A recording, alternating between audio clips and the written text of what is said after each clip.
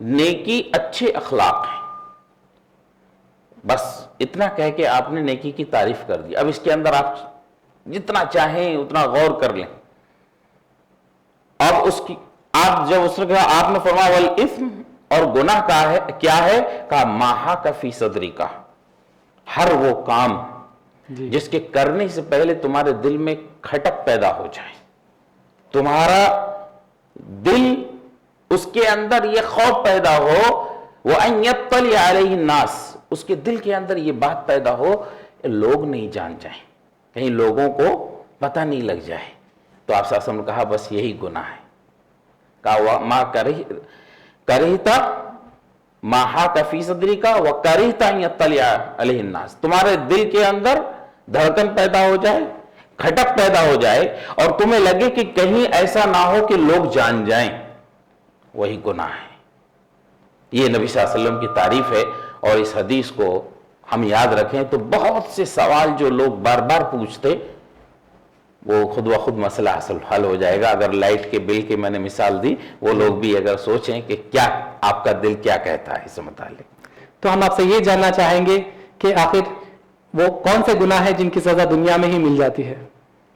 گناہ کا دو طرح سے اثر ہوتا ہے، ایک انسان کے روح پر اور ایک انسان کے جسم پر. اسی لیے اللہ تبارک و تعالیٰ نے منافقوں کو کہا ہے والذین فی قلوبہم مرض، ان کے دلوں کے اندر بیماری ہے. امام ابن قیم رحمہ اللہ نے اس آیت کے ضمن میں کہا کہ یہ بیماری ہے، ان کے دلوں کے اندر یہ بیماری ایسی ہے کہ بڑھتی رہتی ہے. اور اللہ نے آیت میں کہا ہے کہ فزادہم اللہ مرضا، اللہ اس کو بڑھاتا ہے. تو نفاق کیا ہے؟ گناہ.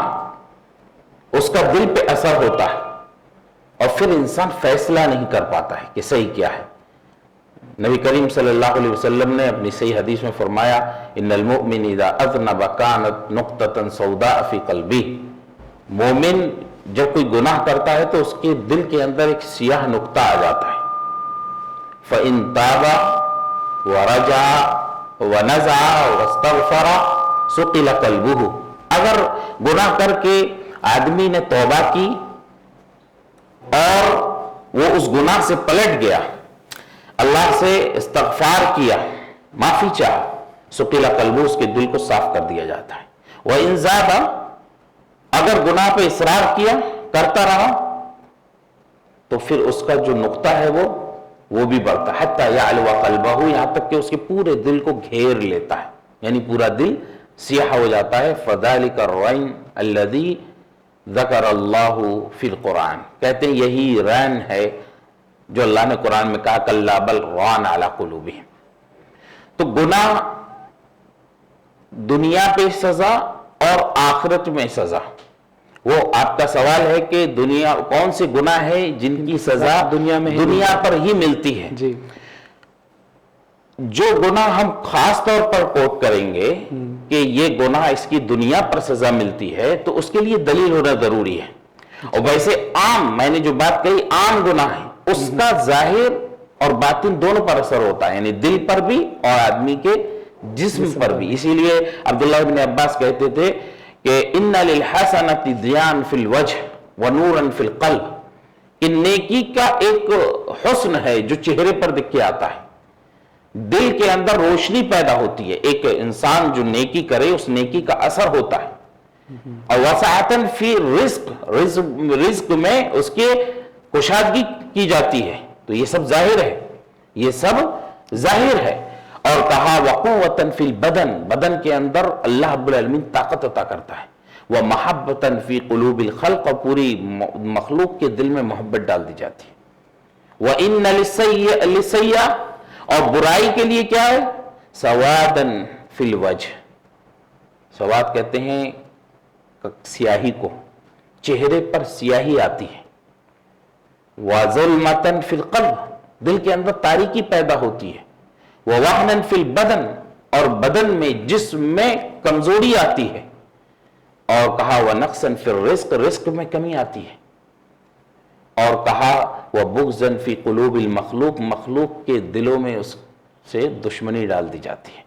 یہ عام گناہوں کا یعنی ظاہر اور باطن دونوں پر ہوتا ہے، لیکن خاص طور پر کچھ گناہ ایسے ہیں کہ جن کے بارے میں نبی اکرم صلی اللہ علیہ وسلم نے اپنی حدیث میں بتایا ہے کہ یہ گناہ دنیا پر بھی ان کی سزا ہوتی ہے اور آخرت میں بھی ان کی سزا ہوتی ہے۔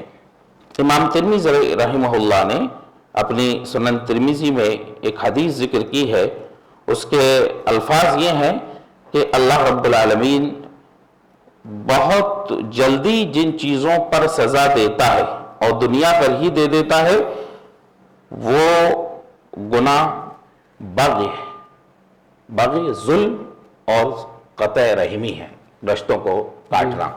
ابو داؤد، ترمذی، ابن ماجہ نے روایت کیا ہے عن ابی بکرہ قال قال رسول اللہ صلی اللہ علیہ وسلم ما من ذنب اجدر ان يعجل اللہ لصاحبه العقوبة في الدنيا مع ما يدخل له في الآخرة مثل البغي وقطيعة الرحم۔ شیخ البانی نے اس حدیث کو صحیح قرار دیا ہے۔ اللہ کے رسول نے فرمایا کوئی گناہ اللہ کے نزدیک ایسا نہیں ہے کہ جس کا اللہ رب العالمین جلدی سزا دے دنیا پر، سوائے یہ کہ وہ گناہ کیا ہے؟ کہا کہ ظلم، بغی اور قطیعت الرحم، رشتہ داری کو کاٹ لینا۔ دنیا پر جلدی دے گا سزا اور ساتھ ہی ساتھ ما يدخر له فی الآخرہ، آخرت میں بھی اس کی سزا ہوگی، آخرت میں بھی اس کی سزا ہوگی۔ اور ایک روایت اور ہے جو طبرانی کی ہے، شیخ البانی نے صحیح الجامع میں اس پر صحیح کا حکم لگایا ہے، اس کے الفاظ ما من ذنب اجدر ان يعجل اللہ تعالی لصاحب العقوبة في الدنيا مع ما يدخر له في الآخرة من قطيعة الرحم والخيانة والكذب وإن أعجل الطاعة ثوابا لصلة الرحم حتى إن أهل البيت ليكونوا فجرا فتنمو أموالهم ويكثر عددهم إذا تواصلوا۔ آپ نے فرمایا کہ اللہ رب العالمین جن گناہوں پر جلدی سزا دیتا ہے دنیا پر ہی، باوجود یہ کہ آخرت میں بھی اس کی سزا دے گا، وہ یہ ہے قطیعت رحم، رشتہ داری کو کاٹ لینا، خیانت کرنا، والخیانہ، خیانت کرنا، والکذب، جھوٹ بولنا۔ نبی صلی اللہ علیہ وسلم فرمایا یہ تین گناہ خاص طور پر آپ صلی اللہ علیہ وسلم بیان کیا کہ اگر دنیا پر اس کی سزا مل جائے آخرت میں بھی اس کی سزا باقی ہے، اللہ یہ کہ اللہ رب العالمین اپنے رحم و کرم سے معاف کر دے۔ محض ان گناہوں کی بنا پر کوئی آدمی دنیا پر کسی سزا میں مبتلا ہوا تو یہ سزا اس کے لیے کفارہ نہیں بنے گی، بلکہ اس کے لیے ہو سکتا ہے کہ اللہ چاہے، اللہ کی مرضی کے اوپر ہے، اللہ اپنے فضل و کرم سے اگر چاہے تو معاف کر دے۔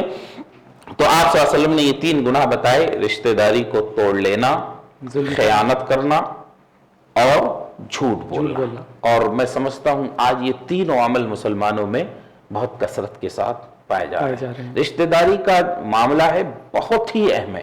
اللہ کے رسول صلی اللہ علیہ وسلم نے ایک روایت ہے، کہا کہ الرحم معلقۃ بالعرش، رحم یہ جو رشتہ داری ہے یہ اللہ کے عرش سے لٹکی ہوئی ہے، دعا کرتی ہے من وصلنی وصلہ اللہ، اے اللہ تو اس کو جوڑ اپنے سے جو مجھ کو جوڑے، اور کہتی ہے من قطعنی قطعہ اللہ، اے اللہ جو مجھ کو توڑے تو اس کو توڑ دے، اپنے سے دور کر دے۔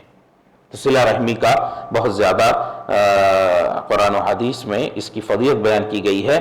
آپ دیکھیں کہ اس حدیث میں جو طبرانی کی یہ روایت ہے کہ جس کے اندر تینوں کو ذکر کیا گیا، اس میں یہ بھی آپ نے بتایا اور ثواب کے کاموں میں، اطاعت کے کاموں میں جس کا ثواب جلدی ظاہر ہوتا ہے وہ صلہ رحمی ہے۔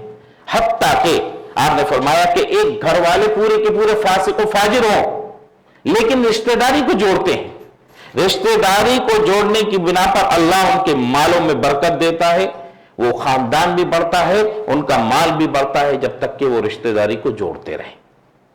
تو اس کی شرح میں امام مناوی رحمہ اللہ کہتے ہیں وَفِيهِ أَنَّ الْبَلَاءَ بِسَبَبِ الْقَطِيعَةِ فِي الدُّنْيَا لَا يَدْفَعُ بَلَاءَ الْآخِرَةِ، کہ اس حدیث کے اندر دلیل ہے اس بات کی کہ قطع رحمی کے سبب دنیا میں اگر اس کو کوئی مشکل آئی، کوئی سزا اس کو مل گئی تو یہ اس بات کی دلیل ہے اس حدیث میں کہ آخرت کی پریشانی کو اس کے عذاب کو نہیں ختم کرے گی، یعنی آخرت کا عذاب باقی رہتا ہے۔ باقی رہتا ہے۔ تو دنیا پر خاص طور پر جو کوٹ کیا ہے احادیث میں ان 3 گناہوں کے بارے میں بتلایا گیا ہے۔ باقی میں نے اس سے پہلے کہا کہ تمام تر گناہ اس کا ظاہر اور باطن دونوں پر اثر ہوتا ہے۔ شیخ آپ ہمیں اب یہ بتائیے کہ کیا کوئی گناہ کی سزا دنیا میں مل جانے سے کہ آخرت میں اس کی سزا ختم ہو جاتی ہے؟ اس سے پہلے سوال میں بھی اس کا جواب آیا، اور اسی حدیث میں جو ذکر کیا گیا ہے ما يدخر له فی الآخرہ، کہ یہ جو گناہ ہیں قطع رحمی، رشتہ داری کو توڑ لینا، خیانت اور جھوٹ بولنا، دنیا پر اس کی کوئی نہ کوئی شکل میں اللہ سزا دیتا ہے، ساتھ ہی ساتھ آخرت میں بھی وہ اس کا عذاب باقی رہتا ہے۔ میں نے امام مناوی کا قول ذکر کیا تھا، یہاں پر شیخ عبد المحسن العباد، شیخ عبد المحسن العباد جو اس وقت محدث مدینہ کہلاتے ہیں، انہوں نے بھی اس حدیث کی تشریح کرتے ہوئے کہا انہ تحصل له العقوبۃ فی الدنیا والآخرہ، کہ اس حدیث کی روشنی میں معلوم ہوتا ہے کہ اسے دنیا آخرت دونوں کی سزا حاصل ہوگی، دنیاوی اخروی دونوں سزائیں اس کو ملیں گی۔ دنیا کے اندر اللہ رب العالمین اس کو جلدی سزا دے دے گا، اور پھر آخرت میں بھی اس کو عذاب علیم سے دوچار ہونا پڑے گا۔ اس لیے اب واقعی اللہ رب العالمین کے رحم و کرم پہ ہے، اللہ اپنے رحم سے چاہے تو معاف کر دے، لیکن ان گناہوں کی خطرناکی کے پیش نظر احادیث میں یہ بتایا گیا کہ یہ گناہ ایسے ہیں کہ ان کا دنیا پر سزا مل جانے سے آخرت میں بھی باقی رہتا ہے، ورنہ دنیا پہ اگر سزا مل جائے تو عمومی طور پر وہ گناہ معاف ہو جاتے ہیں۔ جی، تو یہ ان گناہوں پر رشتہ داری کو توڑنا، جھوٹ بولنا، خیانت، خاص طور پر یہ گناہوں کی خطرناکی کو بتایا گیا ہے۔ اور معاشرے میں اگر غور بھی کریں آپ، یہ 3 گناہ ایسے ہیں جو تمام فساد اور بگاڑ کی جڑ بنا ہوا ہے۔ جھوٹ آپ جانتے ہیں کہ کتنا خطرناک ہے، اسی لیے کہتے ہیں کہ ایک جھوٹ کو سچ ثابت کرنے کے لیے آپ کو بہت سے جھوٹ بولنا پڑیں گے، لیکن پھر بھی وہ سچ نہیں ہو سکتا، بگاڑ پہ بگاڑ ہوتا چلا جاتا ہے۔ خیانت کا معاملہ ہے، خیانت محض یہ نہیں ہے کہ کسی نے کسی کو مال دیا اور اس نے خیانت کر لی۔ خیانت ایک ٹیچر اور ایک استاد پڑھاتا ہے، اس کا جو وقت دیا گیا ہے اس کو، اور اس وقت کو پورا نہ کرے وہ، بلکہ اس میں سے کچھ بچا لے، یا بچوں کو جس چیز کے سمجھانے اور سکھانے پر مکلف کیا گیا ہے اور وہ اس کو پوری طرح سے نہ سکھائے، تو یہ بھی خیانت ہے۔ تو خیانت کا مفہوم بہت بڑا ہے۔ ایک مزدور کو آپ مزدوری کے لیے لے کے آتے ہیں، اس کو جتنا کام کرنا چاہیے تھا اس وقت میں اس نے اتنا نہیں کیا، تو اس نے بھی خیانت کی۔ والدین اگر اپنے بچوں کے جو حقوق ہیں والدین پر وہ ادا نہ کریں تو یہ خیانت ہے ان کے حقوق میں، یا بچے اپنے والدین کے حقوق ادا نہ کریں تو یہ خیانت ہے، یہ سب خیانت ہے۔ تو خیانت کا بھی مفہوم بہت بڑا ہے، اور رشتہ داری کا معاملہ اسلام میں بہت زیادہ اہمیت دی گئی ہے رشتہ داری کو۔ میں نے ابھی حدیث بیان کی کہ اللہ کے عرش سے لٹکی ہوئی ہے رشتہ داری، وہ کہتی ہے اللہ من قطعنی قطع اللہ، من وصلنی وصل اللہ، جو مجھے توڑے اے اللہ اس کو تو توڑ دے، یعنی توڑ دے، اللہ اپنے سے دور کر لے، اور جو مجھ کو جوڑے تو اللہ اپنے سے جوڑ لے، اس کو اپنے قریب کر لے۔ شیخ آن لائن ایک سوال آیا ہے، جی سوال کرنے والے بھائی کا نام ہے محمد علی۔ جی، ان کا سوال یہ ہے کہ پہلے تو یہ آپ کو سلام کر رہے ہیں، وعلیکم السلام۔ ان کا سوال یہ ہے کیا رشتہ دار اگر نان مسلم ہے تو بھی صلہ رحمی کرنا چاہیے، تو بھی کیا ان سے صلہ رحمی کرنا چاہیے؟ اگر وہ لوگ ان سے دوری اختیار کرنا چاہتے ہیں تو کیا کرنا چاہیے؟ رشتہ دار اگر غیر مسلم ہے تو اس کے ساتھ بھی صلہ رحمی ہے، اور اس کے قریب رہتے ہوئے ہمیں اس کو سمجھانا ہے۔ یعنی قرآن میں اللہ رب العالمین نے والدین کا جو ذکر کیا ہے کہ انسان کو اس کے والدین کے ساتھ حسن سلوک کی وصیت کی، وَوَصَّيْنَا الْإِنسَانَ بِوَالِدَيْهِ، والدین کے ساتھ حسن سلوک کرے ہو. لیکن وَإِن جَاهَدَاكَ عَلَىٰ أَن تُشْرِكَ بِي، اگر وہ مجبور کریں شرک پر جی اس کی بات نہ مانیں، لیکن ان کے ساتھ اچھے سے رہیں، تو حسن سلوک کے وہ مستحق ہیں. تو صلہ رحمی غیر مسلمین سے بھی ہوگی، اگر ہمارے رشتہ دار مسلمان نہیں ہیں تو ان کے ساتھ ہم رشتہ داری کو جوڑ کر رکھیں گے. نبی صلی اللہ علیہ وسلم نے رشتہ داریاں ختم نہیں کی، رشتہ داریاں آپ صلی اللہ علیہ وسلم نے ختم نہیں کی. اسی لیے آپ کے چچا عباس جب آئے اور رات میں کراہنے کی آواز سنی، آپ نے جب زنجیروں میں جکڑے ہوئے تھے، بیڑیاں پڑی ہوئی تھی، تو آپ صلی اللہ علیہ وسلم سو نہیں سکے رات بھر. حالانکہ عباس کا ایمان لا چکے تھے وہ، یہ بات اور ہے کہ انہوں نے اظہار نہیں کیا تھا، لیکن پکڑے گئے تھے کافروں کے ساتھ، لایا گیا تھا ان کو مسجد نبوی میں، اور وہاں پر ان سب قیدیوں کو رکھا گیا تھا، پیروں میں زنجیر تھی.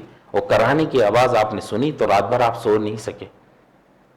تو رشتہ داری کو جوڑنا، کفر کی حالت میں بھی رشتہ داری کو جوڑ کر رکھنا ہے. بس معاملہ ایمانی محبت کا ہے، وہ نہیں ہوگا، وہ صرف مسلمانوں کے ساتھ ہے، لیکن تعلقات معاملات ان سے رکھے جائیں گے. جی تو بھائی کا سوال یہ تھا کہ اگر وہ غیر مسلمان رشتہ دار جو ہے ان کے، وہ اگر وہ ان سے رشتہ داری نہیں رکھنا چاہ رہے ہیں تو ایسے میں ان کو کیا کرنا چاہیے؟ اصل میں وہ روایت کے الفاظ میرے ذہن میں نہیں آ رہے ہیں. آپ نے کہا رشتہ داری کا جوڑنے کا مطلب ہی یہی ہے کہ وہ تم سے توڑنا چاہیں اور تم ان سے جوڑو، یہی رشتہ داری جوڑنے کا مطلب ہی. الفاظ میرے ذہن میں ابھی نہیں ہے، لیکن مفہوم کی حدیث ہے کہ جب تم سے کوئی تعلق توڑنا چاہے تم جوڑو، یہی رشتہ داری کو جوڑنا، ورنہ جوڑے ہوئے تو سب جڑتے ہی ہیں. جو توڑنا چاہے تمہارے سے تم اس سے جڑو، یہ ہے رشتہ. اور رشتہ داری کو جوڑنے کے لیے تحفے تحائف آپس میں دینا چاہیے، دعوتیں رکھنا چاہیے. لیکن مسلمانوں کا ایک مزاج ختم ہو گیا، اور رسم پر ہی جمع ہوں گے. دعوت، آپ کسی کو دعوت دو، بھائی آ جاؤ آج دوستو احباب کو 20-22 لوگوں کو کھلاؤ، تو سب یہی پوچھیں گے کیوں کھلائے؟ ان کو بتاؤ اس لیے کھلائے کہ نبی نے کہا کہ کھانا کھلاؤ، غریبوں کو بھی کھلاؤ، رشتہ داروں کو بھی کھلاؤ. یہ محبت کا ایک ذریعہ ہے. تو لوگوں کو یعنی جو سنت ہے وہ بھلا دی، لیکن اس کے مقابل میں رسومات، بچی جوان ہوئی کھانے کی دعوت، گھر بنائے کھانے کی دعوت، یہ نام رکھ کے کھانا ان کو، لیکن سنت پر عمل کرنا چھوٹ گیا. میں آپ کو ایک بہت مشہور روایت ہے، وہ نبی صلی اللہ علیہ وسلم نکلے گھر سے باہر اور دور ایک کوئی شخص نظر آئے. آپ ان کی طرف بڑھے تو قریب گئے تو دیکھا ابو بکر ہے. پوچھا ابو بکر اس ٹائم آپ کیسے نکلے؟ کہا اللہ کے رسول صلی اللہ علیہ وسلم بھوک لگی ہوئی ہے، اس بھوک نے باہر نکالا ہے. نبی صلی اللہ علیہ وسلم نے کہا مجھے بھی بھوک ہے. یہ دونوں کو پھر آگے کوئی نظر آیا تو یہ دونوں چل کر گئے، تو حضرت عمر رضی اللہ عنہ تھے. حضرت عمر سے ملاقات ہوئی، کہا کہ یہ ٹائم پہ آپ کیسے باہر؟ تو حضرت عمر نے بھی کہا کہ بہت تیز بھوک لگی ہے، اس بھوک کی وجہ سے میں باہر آیا ہوں. تو تینوں لوگ یعنی نبی صلی اللہ علیہ وسلم، ابو بکر، عمر، تینوں گئے. ایک صحابی کے دروازے پر آواز دی، اندر سے سلام ہوا، جواب ہوا. اندر سے آواز آئی کہ وہ صحابی نہیں ہے گھر پہ جن کے ہاں گئے. آپ صلی اللہ علیہ وسلم پلٹنے کا ارادہ کر رہے تھے، انہوں نے کہا نہیں بیٹھیے، وہ آتے ہوں گے. اتنی دیر میں وہ صحابی آ گئے. اللہ کے رسول صلی اللہ علیہ وسلم بیٹھے، وہ فوراً گئے اور کھجور کا ایک پورا ٹہنی اس کو کاٹ کر لے گیا، گچھا پورا کھجور کا لا کے رکھ دیا، اور فوراً گئے ایک بکری ذبح کی اور آپ صلی اللہ علیہ وسلم کے سامنے لا کر رکھ دیا اس کو. اس کے بعد آپ صلی اللہ علیہ وسلم نے کھانے کے بعد کہا ثم لتسألن یومئذ عن النعیم، اللہ کا شکر ادا کرو ورنہ تم ان نعمتوں کے بارے میں سوال کیے جاؤ گے. تو میں اس حدیث کو سنانے کا مقصد کیا ہے؟ وقت کا نبی، اس کے دونوں چنندہ صحابی دعوت دیے تھے کیا؟ صحابی نہیں دیے تھے نا، ان کو ضرورت تھی. یہ بے تکلفانہ انداز ہونا چاہیے. کہا جا بیٹھے بھوک ہے، لائے وہ کھلائے. تو ایسا کرنا چاہیے نہ. جب ایسا نہیں ہوتا ہے معاشرے میں تو پھر وہ رسم کے نام پر ہی کھانے ہوتے ہیں. تو مسلمانوں کو چاہیے کہ وہ اپنے درمیان میں اس بات کو رواج دیں، آپس میں کھانا کھلائیں، تحفے تحائف دیں. اس سے رشتہ داریاں مضبوط ہوتی ہیں اور لوگ جڑتے ہیں.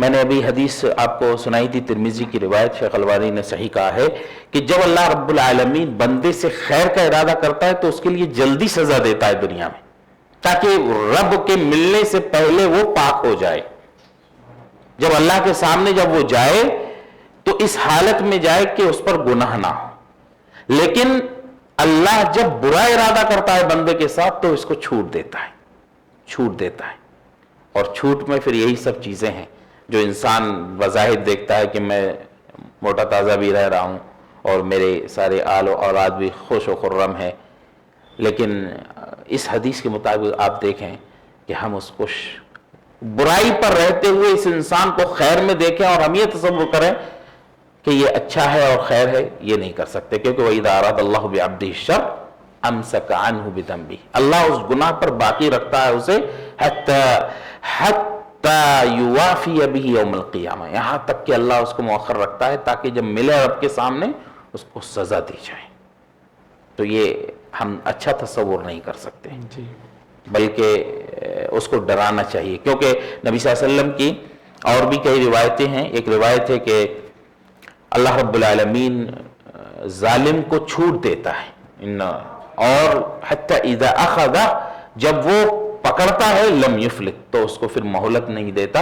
اور نبی صلی اللہ علیہ وسلم نے اس حدیث کو بیان کرتے ہوئے یہ آیت کوٹ کی وَكَذَلِكَ أَخْذُ رَبِّكَ إِذَا أَخَذَ الْقُرَى وَهِيَ ظَالِمَةٌ، اور اسی طرح تیرے رب کی پکڑ ہے جب وہ کسی بستی کو پکڑ لے جبکہ وہ ظالم ہو وہ بستی والے تو ایک چھوٹ تو دیتا ہے، لیکن جب پکڑتا ہے تو پوری بستی ہلاک اور برباد کر دیتا ہے.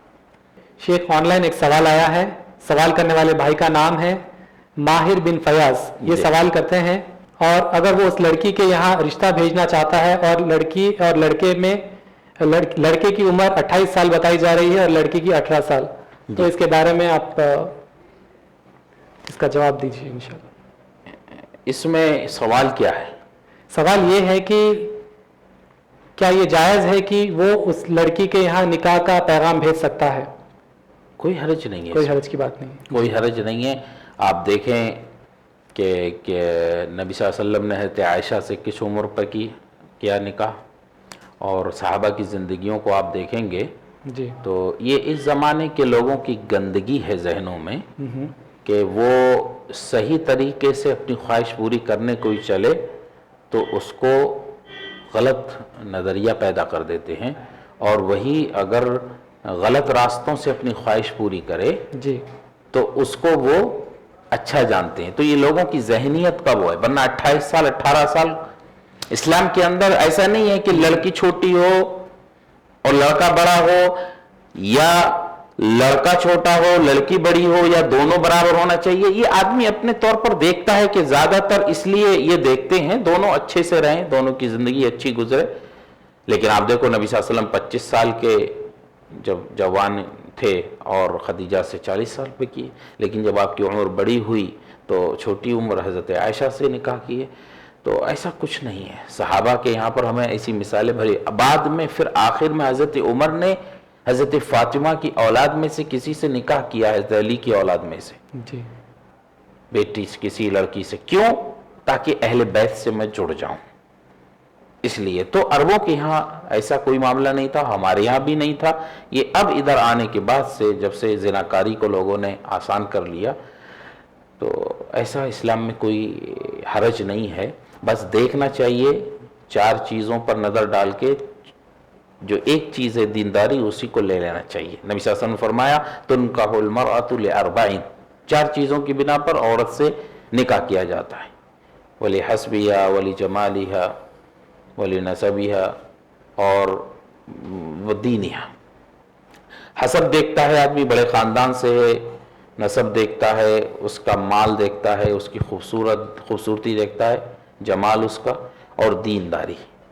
حسب و نسب، خوبصورتی، اور اس کا حسب و نسب، خوبصورتی، مالداری، دینداری.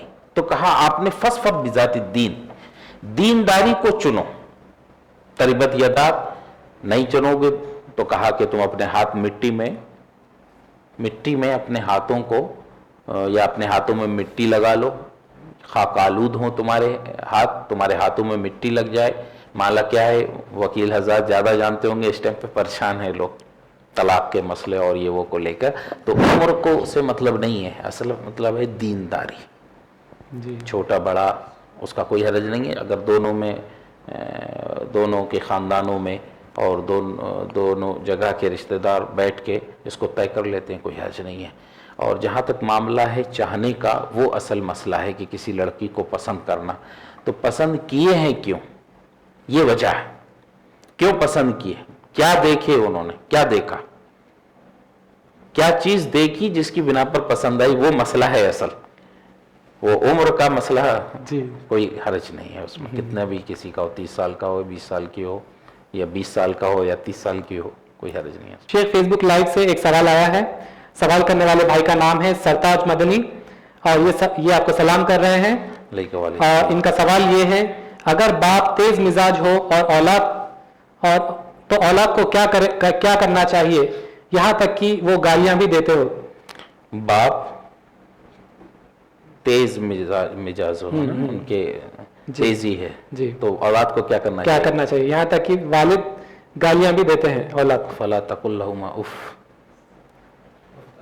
اف تک مت کہو، جی اف بھی مت کہو، بس بات ختم ہو جائے گی. کتنے دیر گالی دیں گے؟ ویسے تو منافق کی علامت بتائی گئی ہے، وَإِذَا خَاصَمَ فَجَرَ، جب جھگڑا کرتا ہے یا غصہ آتی ہے اس کو فوراً گالی گلوچ پہ آ جاتا، گالیاں دیتا. لیکن اب اس کا جواب تو نہیں دینا ہے، کسی حالت میں نہیں دینا ہے.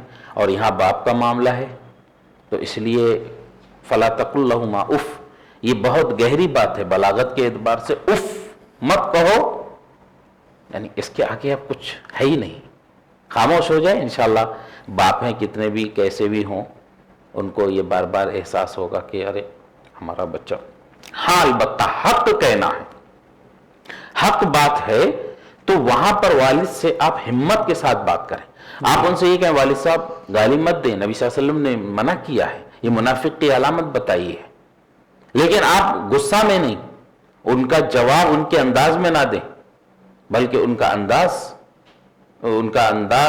کے انداز کو بدلنے کے لیے اپنے آپ کو خشوع خضوع کے ساتھ اور اچھی طریقے سے ان کا جواب دیں قرآن و حدیث کی روشنی میں. اور خاص یہ بھی یاد رکھیں کہ جب غصہ میں ہوں اسی وقت قرآن و حدیث نہ سنائیں، کہیں ایسا نہ ہو کہ وہ اور بڑے گناہ میں مبتلا ہو جائیں. اس وقت فلا تقل لہما اف پہ کرے عمل، خاموش رہ جائے. بعد میں جب غصہ ٹھنڈا ہو تو جا کر نرمی سے بیٹھیں اور کہیں کہ والد محترم آپ ایسا کرتے ہیں. اصل میں یہ طریقہ اپنائیں، تو میں بھی یہاں بیٹھ کے کہہ رہا ہوں آسان نہیں ہے یہ طریقہ، لیکن اپنانا ہوگا. قرآن و حدیث کی بات کو اپنانا ہوگا، اور اپنا کے دیکھو ایک بار زندگی میں انشاءاللہ اس کا ثمرہ ہوگا. آپ کو غصہ آتا ہے تو حدیث پہ عمل کر لو، پانی پی لو، کھڑے ہوئے بیٹھ جاؤ. آپ عمل کرو کیونکہ آپ نے سوال کیا ہے. پہلے آپ قرآن و حدیث کے مطابق بنے، انشاءاللہ آپ کے والد بھی مڑیں گے اور ضرور کتاب و سنت کی طرف آئیں گے. جزاک اللہ خیر. شیخ آن لائن ایک اور سوال آیا ہے. سوال کرنے والے بھائی کا نام ہے ماہر بن فیاض. یہ سوال کر رہے ہیں کہ کیا آج کل کے اس دور میں کنیز کو رکھنا جائز ہے؟ اگر ہے تو اس کی کیا شرائط ہیں؟ اقوام متحدہ سے لڑیں گے، یہ اقوام متحدہ کا معاملہ ہے. پوری دنیا نے اس پہ اتفاق کر لیا ہے کہ جو غلامی کا معاملہ تھا وہ ختم کر دیا گیا. اور اسلام کی روح یہ بتاتی ہے کہ وہ اس چیز کو سراہتا نہیں ہے، لیکن بہرحال کلی طور پر حرام نہیں کیا. ورنہ چھوٹے چھوٹے معاملوں پر کہ قسم کا کفارہ، روزے میں اگر بیوی سے مل لیے اس کا کفارہ، ایک غلام کو آزاد کرنا، لونڈی کو آزاد کرنا، اس طرح سے روح یہی تھی کہ انسانوں کو غلامی سے بچانا. جی. اب دنیا نے اتفاق کیا تو اس کام کو تو مسلمان بڑھ چڑھ کے حصہ لینے والے. تو اب دوبارہ اب لونڈی اور کنیز کا زمانہ کون لے کے آنا چاہتا ہے؟ یہ اچھی چیز نہیں ہے. آج پوری دنیا نے اتفاق کیا ہے کہ کہیں سے بھی کوئی قیدی یا کسی جنگ ہوتی ہے دو ملکوں میں تو قیدیوں کو جو پہلے غلام بناتے تھے وہ نہیں کیا جائے گا. جی. تو اس کو اچھا نہیں سمجھنے. اگر اتنا ہی شوق ہے تو بولو 4 شادی کرو، کنیز کو رکھنا 4 شادیاں کر لیں، وہ آپشن کھلا ہوا ہے، کوئی اس میں روک ٹوک نہیں ہے. جی جزاک اللہ خیر شیخ. شیخ ایک اور سوال ہے آن لائن سوال کرنے والے بھائی کا نام ہے یاسر زمن سلفی, ان کا نام ہے جی یاسر زمن سلفی. یہ آپ کو سلام کر رہے ہیں اور ان کا سوال ہے اگر راستے میں کوئی انجان محترمہ مل جائے تو کیا انہیں سلام کرنا درست ہے؟ راستے میں انجان محترمہ مل جائیں, وہ اگر واقعی محترمہ ہے تو وہ اکیلی نہیں ہوں گی, ان کے ساتھ کوئی نہ کوئی محرم ہوگا, تو آپ سلام کریں گے. اور اکیلی بھی ہیں, اگر مان لو وہ اپنی جگہ پر بیٹھی ہوئی ہیں, آپ کا گزر ہو رہا ہے, تو سلام کرنے میں کوئی حرج نہیں ہے. جی جزاک اللہ خیر شیخ. شیخ اب ہم آپ سے یہ جاننا چاہیں گے کہ کیا اگر گناہ کی سزا اس دنیا میں مل جائے اگر یہ اچھا ہے, خیر ہے, تو کیا ہم اس کی تمنا کر سکتے ہیں کہ اللہ ہمیں ان گناہوں کی سزا اس دنیا میں ہی دے دے؟ میں اس سوال کا جواب اپنے الفاظ میں نہیں, ایک حدیث سنا دیتا ہوں, اسی میں جواب ہے, اور غالباً یہی معاملہ تھا ان کا. صحیح مسلم کی روایت ہے حضرت انس سے, ان رسول اللہ صلی اللہ علیہ وسلم عاد رجلا من المسلمین قد خفت فصار مثل الفرخ. رسول اللہ صلی اللہ علیہ وسلم نے مسلمانوں میں سے کسی ایک صحابی کی زیارت کی, یعنی عیادت کی, بیمار تھے وہ, جی ان کے ہاں گئے دیکھنے کے لیے. ان کے بارے میں کہا بڑے کمزور, بہت کمزور ہو گئے تھے, اور مثال دی ہے حدیث میں فصار مثل الفرخ, چوزے کی طرح ہو گئے تھے, اتنے زیادہ کمزور ہو گئے تھے. جی تو اللہ کے رسول صلی اللہ علیہ وسلم نے ان سے کہا هل كنت تدعو بشيء او تسأله اياه, کیا تم کچھ دعا کرتے تھے, تم اللہ سے کچھ سوال کرتے تھے؟ اللہ کے رسول نے ان کی حالت دیکھ کر ان سے پوچھا کہ کچھ دعا کرتے تھے تم کسی چیز کے بارے میں, اللہ سے کچھ سوال کرتے تھے؟ انہوں نے کہا نعم ہے اللہ کے رسول, کنت اقول اللہم ما کنت معاقبی بھی فی الآخرہ فعجلہ لی فی الدنیا. میں دعا کرتا تھا اللہ اگر تو میری پکڑ کرنے والا ہے آخرت میں کسی معاملے میں تو اس کو جلدی دنیا پہ ہی مجھے دے دے. گویا کہ وہ حدیث انہوں نے سن رکھی تھی کہ دنیا پر اگر آدمی کو اس کے گناہ کی سزا مل جائے تو اس کے لیے خیر ہے. تو اسی لیے وہ دعا کرتے تھے اللہ تبارک تعالیٰ کسی مسئلے میں تو میری پکڑ کرنے والا ہے کسی گناہ پر, تو مجھے ایسا کر دنیا پہ ہی اس کی سزا دے دے. اللہ کے رسول نے کہا سبحان اللہ لا تطیق ولا تستطیع, اللہ کی پاک ذات پاک ہے ہر نقص و عیب سے, تم اس کی طاقت نہیں رکھ سکتے, تمہارے اندر استطاعت نہیں ہے, یہ مت کہا کرو. کیوں نہیں تم نے یہ کہا اللہم آتنا فی الدنیا حسنہ وفی الآخرۃ حسنہ وقنا عذاب النار. مانگو تو یہ مانگو اللہ سے اللہ دنیا میں بھی اچھائی عطا فرما, خیر عطا فرما, اور آخرت میں بھی خیر عطا فرما, وقنا عذاب النار, اور ہمیں جہنم کی عذاب سے بچا لے. تو گویا کہ یہاں پر نبی وہ جو روایت ہے جس کے اندر کہا گیا کہ اللہ خیر کا جب ارادہ کرتا ہے بندے سے تو دنیا پہ جلدی سزا دیتا ہے, تو یہ معنی نہیں ہے کہ ہم اللہ سے سزا مانگتے رہیں دنیا پہ ہی, اللہ کی رحمت کا واسطہ دے. اللہ بڑا رحیم و کریم ہے, اپنے بندوں کے ساتھ بڑا مہربان ہے وہ. جی تو نبی صلی اللہ علیہ وسلم نے یہاں یہی سکھانا چاہا ان کو کہ تم یہ دعا مانگا کرو, اے اللہ دنیا میں بھی خیر عطا فرما اور آخرت میں بھی خیر عطا فرما, جہنم کی عذاب سے ہم کو بچا لے. راوی کہتے ہیں قال فدعا اللہ لہ فشفاہ, اللہ کے رسول صلی اللہ علیہ وسلم نے اللہ سے ان کے لیے دعا کی, اللہ نے ان کو شفا عطا فرمائی. تو یہ جواب اس حدیث کے ذریعے سے ہو گیا کہ ہرگز ہم یہ اللہ سے دعا نہیں کریں گے اللہ کوئی پکڑ کرنے والا ہے تو دنیا پہ ہی ہماری پکڑ کر لے, بلکہ ہمیشہ ہم اللہ رب العالمین کی جو اس کے رحم و کرم کی صفتیں ہیں اس کا واسطہ دے کے دنیا پہ بھی مانگیں گے اور آخرت میں بھی بھلائی مانگیں گے. جزاک اللہ خیر شیخ. شیخ اسی سوال سے ملتا جلتا ایک اور سوال آیا ہے آن لائن.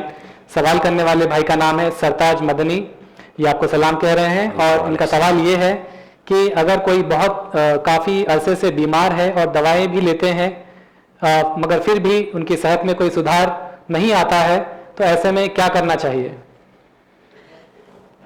نبی اکرم صلی اللہ علیہ وسلم نے بہت سی دعائیں سکھائی ہیں, اور میں یہ تمام مسلمانوں سے یہ گزارش کروں گا کہ جو صبح شام کے اذکار ہیں یا سوتے وقت کے اذکار ہیں ان کو ضرور پڑھا کریں، دعاؤں کو یاد کریں، اپنے بچوں کو بھی یاد کرائیں۔ اللہ کے رسول صلی اللہ علیہ وسلم نے پناہ مانگی ہے ایسی عمر سے، ان ارد الی ارذل العمر، ایسی عمر کہ جس میں آدمی دوسرے کا محتاج بن جائے۔ اب کوئی آدمی اگر کسی مصیبت میں ہے اور وہ مصیبت تکلیف ایسی ہے کہ چھٹکارا پانا چاہتا ہے اور اس کو موت قریب نظر آتی ہے، تو وہ یہ نہ کہے کہ اللہ موت دے دے مجھے، بلکہ کیا کہے، اللہم احینی ما کانت الحیات خیر لی وتوفنی اذا کانت الوفات خیر لی، اے اللہ مجھے زندہ رکھ جب تک کہ میری زندگی میرے لیے بہتر ہے، اور موت دے دے مجھے اس وقت جب کہ میرے لیے موت بہتر ہو۔ تو اگر مصیبت میں ہے، پریشانی میں ہے، یہ دعا بھی پڑھ سکتا ہے، اللہم اجرنی فی مصیبتی واخلف لی خیرا منہا، اے اللہ میری مصیبت میں مجھے اجر عطا فرما اور اس سے بہترین بدلہ عطا فرما۔ دعا کرنا چاہیے۔ یہی سوال تھا نا ان کا کہ کسی تکلیف میں ہے اور وہ اس سے دور نہیں ہو رہا، تو اللہ سے دعا کرے اللہ اس تکلیف کو دور کر دے۔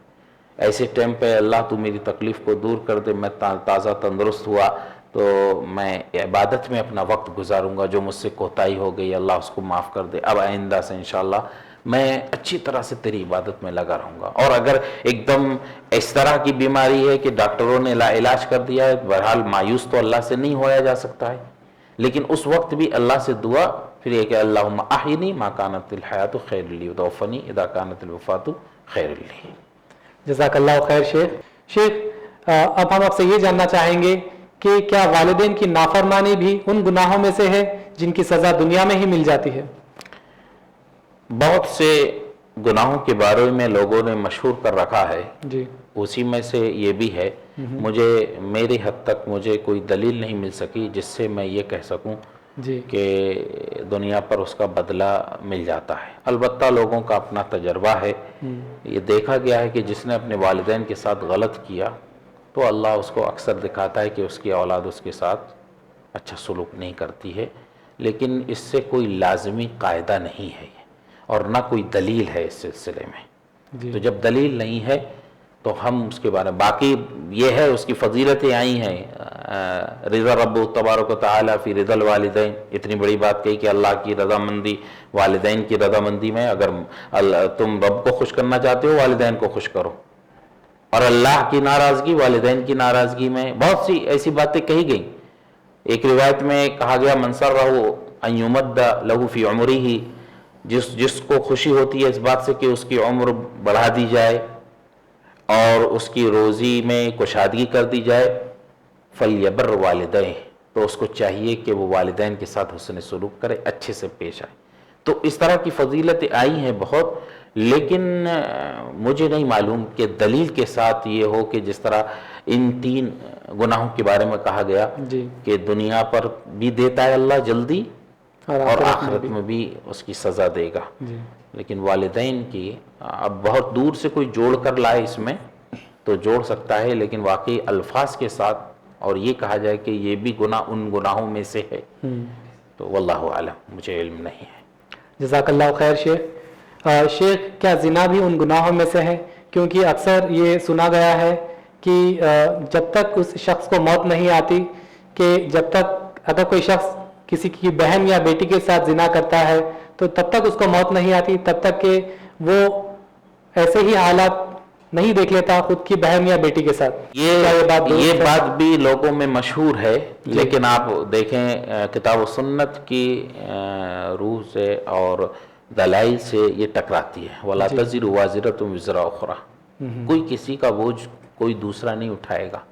ایک آدمی فاسق و فاجر ہے، زنا کرتا ہے، وہ اس کی بہن نیک و صالحہ ہے، اس کا کیا قصور ہے کہ اس نالائق کی سزا اس کو دی جائے؟ کتاب و سنت میں کسی کا بوجھ کسی پر نہیں، کوئی ذریعہ بنا ہے کسی کے لیے گناہ کا تو اس کا بوال اس کے اوپر ہوتا ہے، لیکن یہ کہ کوئی بھائی زنا کرے اور اس کی بہن کو سزا ملے کہ وہ اس کے ساتھ بھی ہو، نعوذ باللہ استغفر اللہ۔ کسی نے کسی کی بیٹی کے ساتھ کرا تو وہ غلط ہوا، اب اس کی بیٹی کے ساتھ بھی ہو ایسا، اس کو اس کی بیٹی کو سزا کیوں ملے؟ یہ کتاب و سنت سے بھی، کتاب و سنت کے خلاف ہے، اور عقلی اعتبار سے بھی یہ عقل کے خلاف ہے۔ کسی اس بچی کا کیا قصور ہے جو اس کے بھائی نے یا اس کے باپ نے غلط کیا، اس کو اس کی سزا کیوں ملے گی؟ بہت سی جگہ ایسا ہوتا ہے کہ باپ نالائق ہے، بیٹیاں بڑی سمجھدار نیک اور صالحہ ہیں، شرابی ہے، پی کے آ جاتا ہے، وہ بیچاری سنبھالتی ہیں اس کو۔ تو یہ کہ وہ کوئی گناہ کرے اور اس کی سزا اس کی بہن کو یا اس کی بیٹی کو ملے، یہ کتاب و سنت کے دلائل کے بھی مخالف ہے اور عقل کے بھی مخالف۔ شیخ، آن لائن ایک سوال آیا ہے، سوال کرنے والے بھائی کا نام ہے یاسر زمن سلفی۔ ان کا سوال ہے، ایسے کون سے گناہ ہیں جس کی کوئی معذرت اللہ کے یہاں اللہ کے نزدیک نہیں ہوتی ہے؟ اللہ رب العزت ہر گناہ کو سچی توبہ کرنے کے بعد معاف فرماتے ہیں کیا؟ گناہ دو قسم کے ہیں، جی، ایک رب اور بندے کے درمیان ہے، اور دوسرا بندے اور بندے کے درمیان ہے۔ تو جو رب اور بندے کے درمیان میں ہیں وہ گناہ اللہ رب العالمین کے حوالے ہیں، اس کی مشیت میں، چاہے تو معاف کرے یا چاہے تو وہ سزا دے۔ اسی لیے یاد رکھیں آپ، اگر اللہ کسی کو جنت میں ڈالتا ہے تو یہ اس کا کرم اور فضل، اس کا رحم ہے۔ کسی کو جہنم میں ڈالتا ہے تو یہ اس کا عدل ہے۔ تو رب العالمین کے جو حقوق ہیں اس میں کوئی کوتاہی کمی ہوئی ہے بندے سے تو اللہ اور بندے کے درمیان معاملہ ہے، لیکن جو بندوں کے درمیان حقوق ہیں وہ اللہ رب العالمین معاف نہیں کرے گا جب تک کہ بندہ نہ معاف کرتے۔ اسی لیے نبی صلی اللہ علیہ وسلم کی صحیح روایت ہے، من کانت لہ مظلمۃ لاخیہ، کسی نے کسی کے ساتھ کوئی ظلم کر رکھا ہے، من عرضہ، کسی کی زمین ہڑپ کر لی ہے، او شیء، یا کچھ اور لے لیا ہے، ظلم کیا ہے اس پر، اس کے ساتھ غلط کیا ہے، فلیتحللہ، آج ہی وہ اس کو جائز اور صحیح کرا لے، حلال کرا لے، اس سے جان چھڑا لے اپنی، اس بھائی سے جی، کہہ کر معافی کرا لے، قبل اللہ یکون لہ دینار ولا درہم، اس سے پہلے کہ وہ دن آ جائے کہ جب نہ دینار ہوگا اور نہ درہم ہوگا۔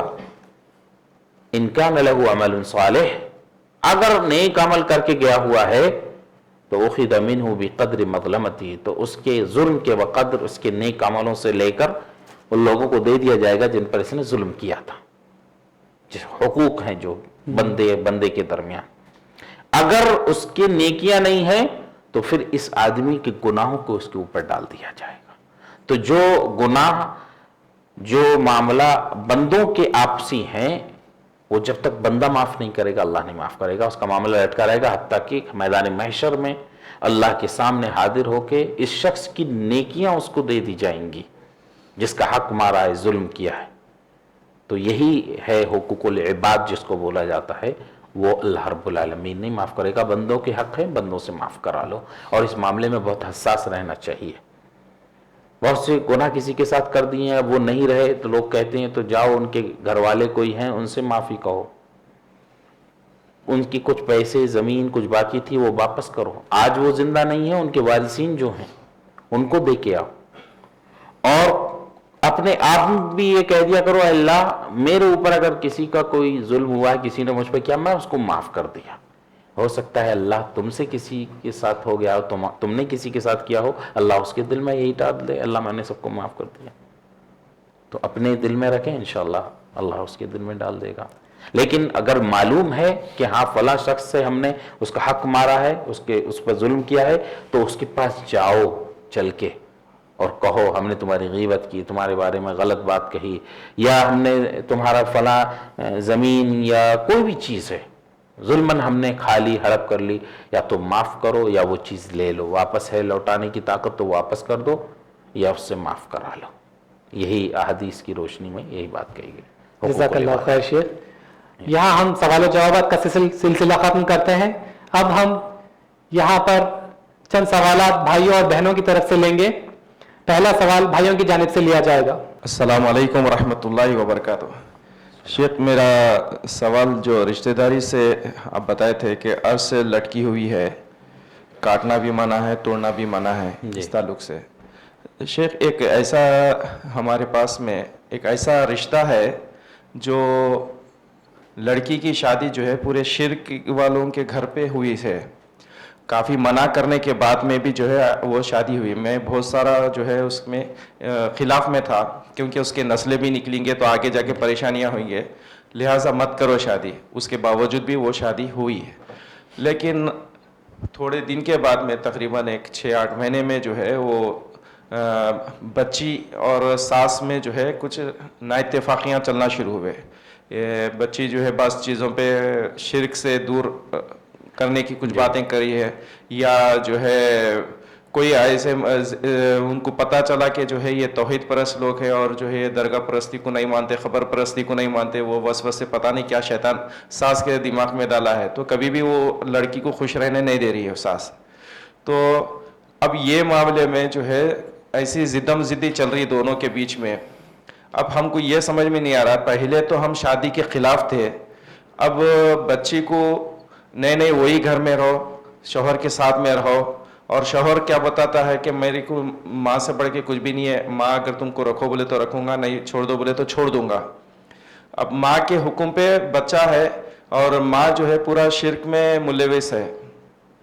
اب اس میں ہمارا کیا رول رہنا چاہیے, کیونکہ رشتہ توڑنا منع ہے.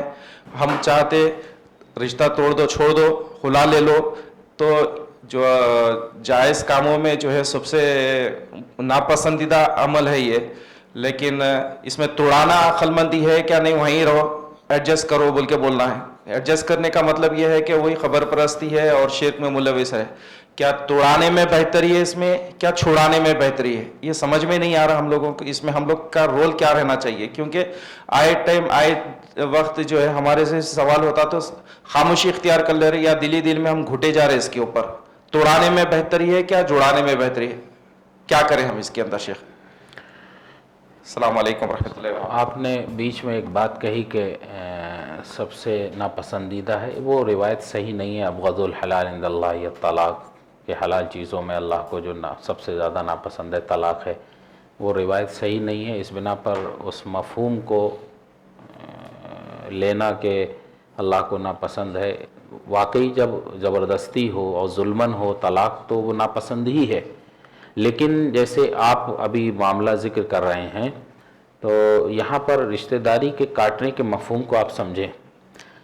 نکاح کا طریقہ اسلام نے بتایا ہے, نکاح سے الگ ہونے کا طریقہ بھی بتایا ہے. تو اس میں رشتہ داری ٹوٹنے کا معاملہ نہیں ہے. رشتہ داری ٹوٹنے کا معاملہ یہ آئے گا کہ آپ اس سے خلا لے لیے, اس کے بعد ان سے کبھی بولتے نہیں, دعا سلام نہیں کرتے. وہ تو ایک طریقہ ہے زندگی کے لیے, یہ ہم نے کیا تھا, نہیں بن پا رہی ہے, تو جس طریقے سے اسلام طریقے سے اپناتے ہوئے نکاح کیا ویسے ہی خلا ہو جائے گا. تعلقات اگر کبھی ملتے ہیں, دعا سلام ہوتی ہے, ہوگی. یہ رشتہ داری کا توڑنے کا معاملہ یہ نہیں, یہ سب ایک تو حدود ہیں. اب اگر حدود کیا ہیں, یہاں پر لڑکی ان کے ساتھ رہتے ہوئے زندگی اچھی نہیں گزارے گی, اور خلا مانگے لڑکا خلا نہیں دے, ستانے کے لیے روکے رکھے, تو یہ اللہ کے حدود کو پامال کر رہا ہے کہ اس کو چھوڑ دینا چاہیے لڑکی کو, اگر معاملہ یہی ہے. تو رشتہ داری کا یہ توڑنے کا ہرگز معنی نہیں ہے. رشتہ داری کا یہ تو آپ کو رشتہ داری اس میں رہتے ہوئے رشتہ داری بگڑے گی تب ٹوٹنے کے حالات بنیں گے, ایک دوسرے سے دشمنیاں ہوں گی, بولنا ختم ہوگا. جیسے آپ رشتے کے لیے بیٹھے, نکاح کے لیے خوشی خوشی کیے, ویسے ہی یہ خوشی خوشی ہو جائے گا. لوگوں نے ان سب چیزوں کو سمجھا نہیں ہے. کیوں نکاح بھی مشکل بنایا, تو نکاح سے ہٹنے کے طریقوں کو بھی مشکل بنا دیا. نکاح آسان ہو تو اس سے ہٹنے, عربوں کو دیکھو آج بھی بہت معمولی چیز ہوتی ہے ان کے ہاں, اگر طلاق ہوا اور اس لڑکی کی شادی بھی ہو جاتی ہے. اور اللہ کے رسول صلی اللہ علیہ وسلم کے زمانے میں دیکھو, جیسے ہی کوئی شہید ہو گئے ان کی بیوہ سے فوراً, یا کسی کو نہیں پسند آیا, ایک صحابیہ آئی نا اللہ کے رسول کے پاس, انہوں نے کہا اللہ کے رسول میں ان کے دین و اخلاق پر کوئی الزام نہیں لگاتی, لیکن جس چیز کے لیے شادی کی گئی ہے وہ اس سے میں سیٹسفائی نہیں ہوں. تو آپ نے کہا ٹھیک ہے آپ خلا لے لو.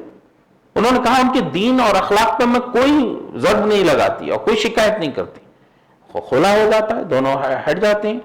اب وہ دونوں ہٹنے کے بعد ایک دوسرے کو اس سے دیکھیں, غصہ کی نگاہ سے دیکھیں, یا وہ کبھی اس سے پہلے بھی کوئی تعلقات رہے ہوں گے یا نہیں بھی رہے، ایک عام مسلمان ہے تو اس سے دعا سلام ہے، وہ نہیں کرنا، یہ ہے قطع تعلقی۔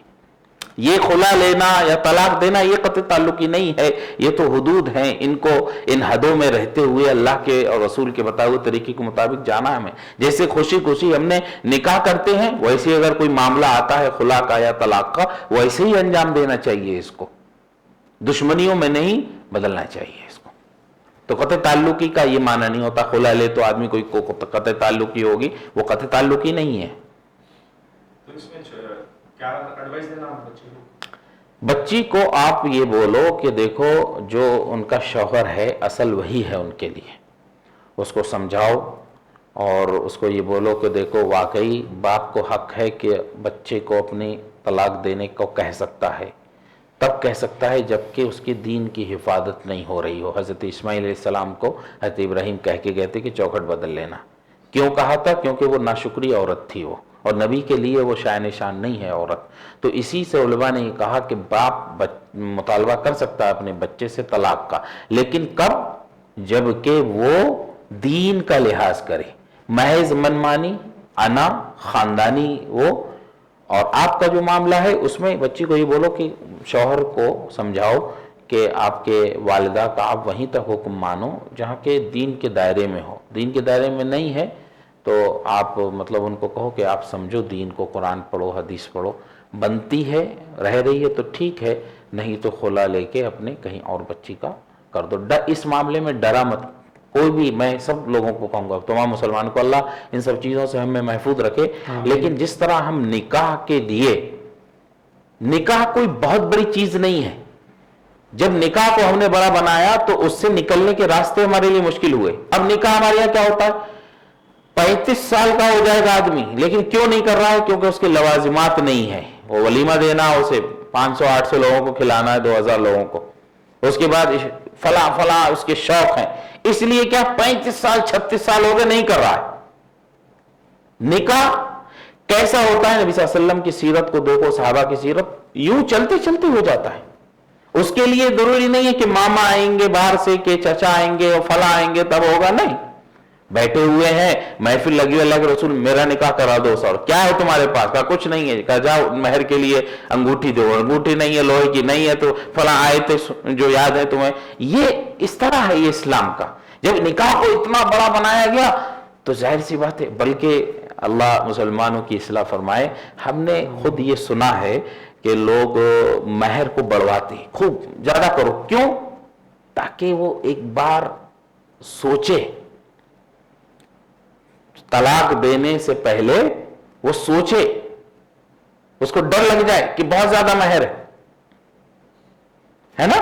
تو اس طرح کی چیزیں لوگوں کی نیتوں میں ہیں، تو کیسے گھر اچھے بنیں گے؟ تو نکاح آسان کریں، اور خلا طلاق اگر یہ جائز طریقے پر دین کو بچانے کے لیے ہے تو آپ ایک اچھا عمل کر رہے ہیں، نہ کہ برا عمل۔ اسی لیے وہ روایت جو ہے ابغض الحلال عند اللہ الطلاق، کہیں کہیں پر طلاق لینا ضروری ہوتا ہے، خلا لینا ضروری ہوتا ہے، طلاق دینا ضروری ہوتا ہے۔ آدمی کے مطلب دین پر عمل نہیں کر پا رہا ہے اس عورت کی وجہ سے، تو اس کو طلاق دینا ہی ہے اس کو۔ تو اب کیسے کہیں گے کہ اللہ کے نزدیک حلال چیزوں میں طلاق سب سے ناپسند ہے؟ یہاں تو اس کے لیے پسندیدہ ہے، کیونکہ وہ دین پر نہیں چل پائے گا وہ۔ اللہ رب العالمین ہمارے سب کے لیے یہ چیزیں آسان فرمائے۔ جزاک اللہ خیر شیخ، سمجھ میں آیا نا آپ کے؟ جزاک اللہ خیر۔ اگلا سوال خواتین کی جانب سے لیا جائے گا، اگر کوئی سوال ہے تو جلدی سے بولیے۔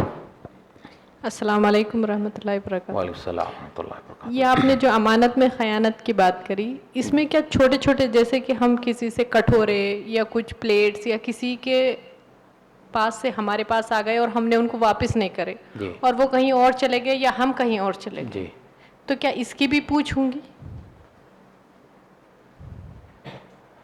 اصل میں چیزوں کا معیار لوگوں کے اپنے اپنے رہنے سہنے اور ان کے زندگی گزارنے کے طریقے پر ہے۔ ہو سکتا ہے کہ ایک کٹورا ہمارے نزدیک بہت معمولی ہو اور جس نے بھیجا ہے وہ اس کے نزدیک بہت بڑی چیز ہو، تو اس کا معیار ہم متعین نہیں کر سکتے کہ کون سی چیز معمولی ہے اور کون سی چیز بہت بڑی ہے۔ تو خیانت کا مفہوم یہاں پر بھول کے آپ نے ایسا کیا تو آپ کو جب یاد آیا تو اس کا وہ کٹورا واپس کریں، یا کسی اور تک چلا گیا ہے اس سے منگانے کی کوشش کریں، اور نہیں منگا سکتے ہیں تو اس کے پاس جائیں، اس کو بولیں کہ بھائی فلاں چیز آپ کی آئی تھی، ہم اس کو واپس نہیں کر پائے، آپ کہیں تو ہم نہیں لا دیں، یا وہ کہیں گے بھائی معمولی چیزیں رہنے دیجئے، جو انہوں نے کہہ دیا معاف ہو گیا بس۔ لیکن مفہوم کو اگر اس حد تک ہم اپنے دل میں رکھتے ہیں اور ذہن میں رکھتے ہیں تو یہ ایک دین کی اور اچھی علامت ہے، اور ہمیں سوچنا چاہیے، اور کبھی معیار نہیں بنانا چاہیے یہ چھوٹی چیز ہے، کیونکہ ہر انسان کے نزدیک اس کی محبوب چیز جس کو وہ استعمال کرتا ہے وہ بڑی ہوتی ہے۔ تو اس لیے خیانت کا اگر معمولی چیزوں میں کچھ کھانے پینے کی چیز ہے، جس میں یہ سب چیزیں چھوٹی ہیں، ان کو شریعت نے تھوڑا سا معاف کیا ہے۔ کوئی چیز کھجور گری ہوئی ہے، آپ نے اٹھا کر کھا لی تو اس میں پکڑ نہیں ہے، لیکن کٹورے وغیرہ یا کوئی چیز کسی نے بھیجی وہ ایک طور سے ہمارے یہاں امانت ہے، اگر انہوں نے کہا ہے کہ یہ واپس کرنا۔ جزاک اللہ خیر شیخ، ایک آخری آن لائن سوال لیا جائے گا۔ سوال کرنے والے بھائی کا نام ہے ماہر بن فیاض۔ یہ سوال کرتے ہیں کہ جیسا کہ رسول اللہ علیہ وسلم کی نماز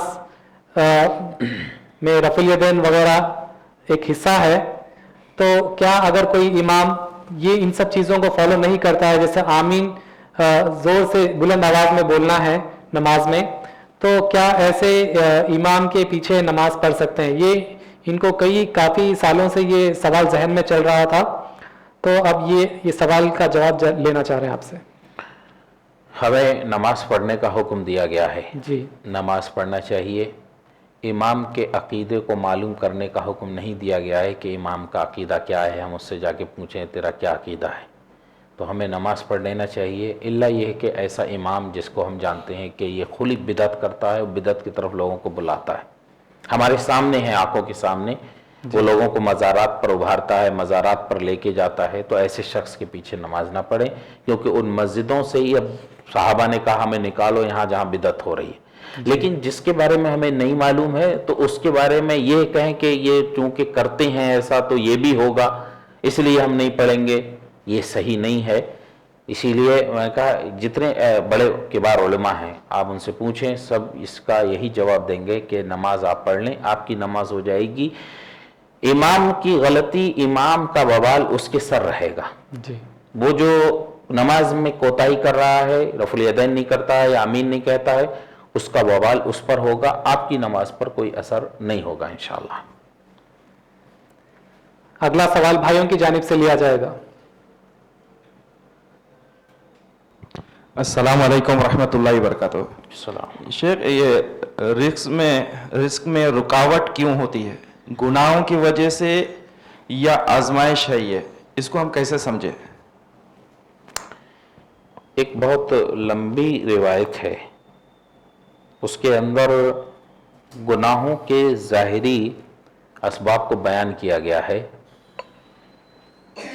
وہ روایت میں آپ لوگوں کو پوری پڑھ کے سنا دیتا ہوں، اس کے اندر بہت سی چیزیں بیان کی گئی ہیں۔ لم تظہر الفاحشۃ فی قوم قط حتی یعلنوا بها الا فشى فیہم الطاعون والاوجاع التي لم تکن مضت فی اسلافہم الذین مضوا۔ یہ روایت ابن ماجہ کی ہے، شیخ البانی نے حسن کہا ہے۔ آپ نے فرمایا کہ جب کبھی کسی قوم میں فحش، برائی، بے حیائی پھیل جاتی ہے اور عام ہو جاتی ہے، تو پھر اس قوم کے اندر طاعون کی بیماری آتی ہے، اور ایسی ایسی بیماریاں پیدا ہوتی ہیں جو کہ پہلے لوگوں نے ان کے نام نہیں سنے تھے، جانتے ہی نہیں تھے، جب بے حیائی عام ہو جائے۔ وَلَمْ يَنْقُصُوا الْمِكْيَالَ وَالْمِيزَانَ إِلَّا أُخِذُوا بِالسِّنِّينِ وَشِدَّةِ الْمَؤُونَ وَجَوْرِ السُّلْطَانِ عَلَيْهِمْ، اور جب کوئی قوم ناپ تول میں کمی کرنے لگتی ہے تو اللہ رب العالمین ان کو پر قحط سالی ڈالتا ہے۔ قحط سالی کیا ہوتی ہے؟ وہی مالوں کی کمی۔ وَشِدَّةِ الْمَؤُونَ، اور مہنگائی میں مبتلا کر دیتا ہے انہیں، چیزیں مہنگی ہو جاتی ہیں۔ وَجَوْرِ السُّلْطَانِ عَلَيْهِمْ، اور بادشاہ ان پر ظلم کرنے لگتا ہے۔ اور آپ نے فرمایا